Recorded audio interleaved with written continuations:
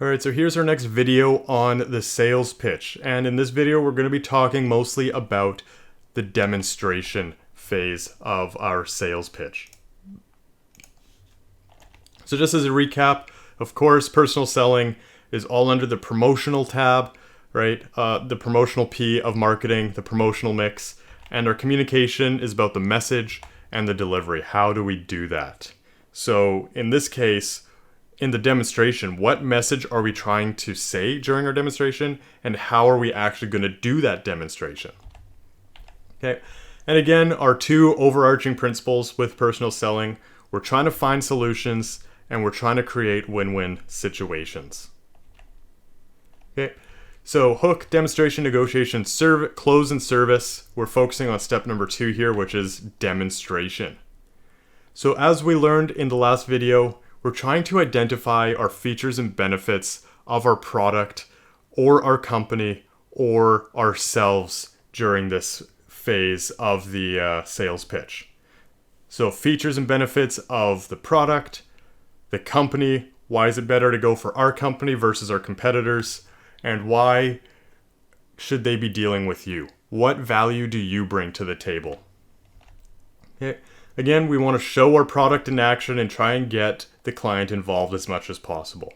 We talked about these all in the last video. So now we come to a model called the FBR model. And the F and the B, we already know, it stands for features and benefits, but now we're adding something for the sales pitch. We're adding something called reaction. And I'll get to that in a second here. Let's recap what features means and what benefits means. Features, as we learned about already, those are the specifications, the attributes of the product. So what are the facts about your product? You want to make those apparent and crystal clear during the demonstration phase. What are the specifications? How can they use the product? What are the materials, if that's relevant? And then you can get into the benefits, which again are the so what factor. Why do they care about the uses? Why do they care about those specifications? What value does it bring to them? So the benefits are essentially the reasons the customer needs the product. How is it going to make their life better? How is it going to make their business better? How is it going to solve their problems? Right? We're finding solutions to their problems. And each feature comes with at least one benefit. Okay, then we get into reaction. And this is generally when you ask some sort of reaction question to your client.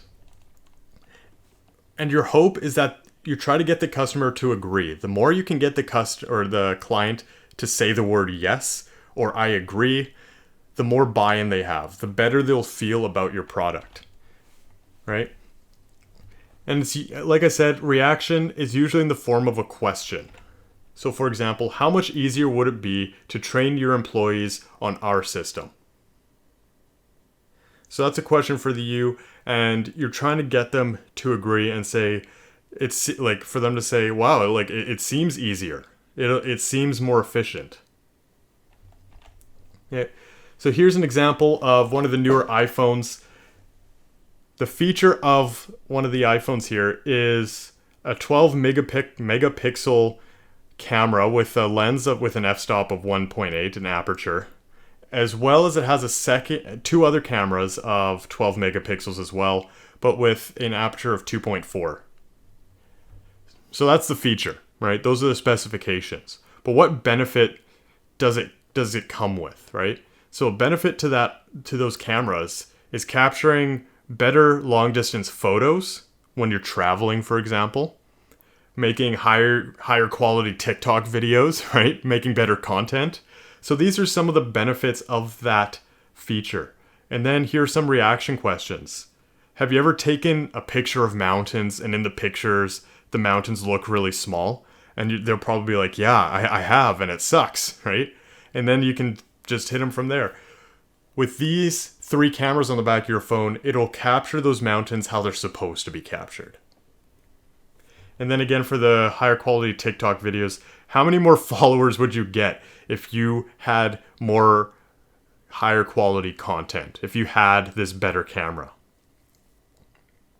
So you're trying to lead them towards saying yes towards seeing how better off they would be with your product through the use of asking these reaction questions.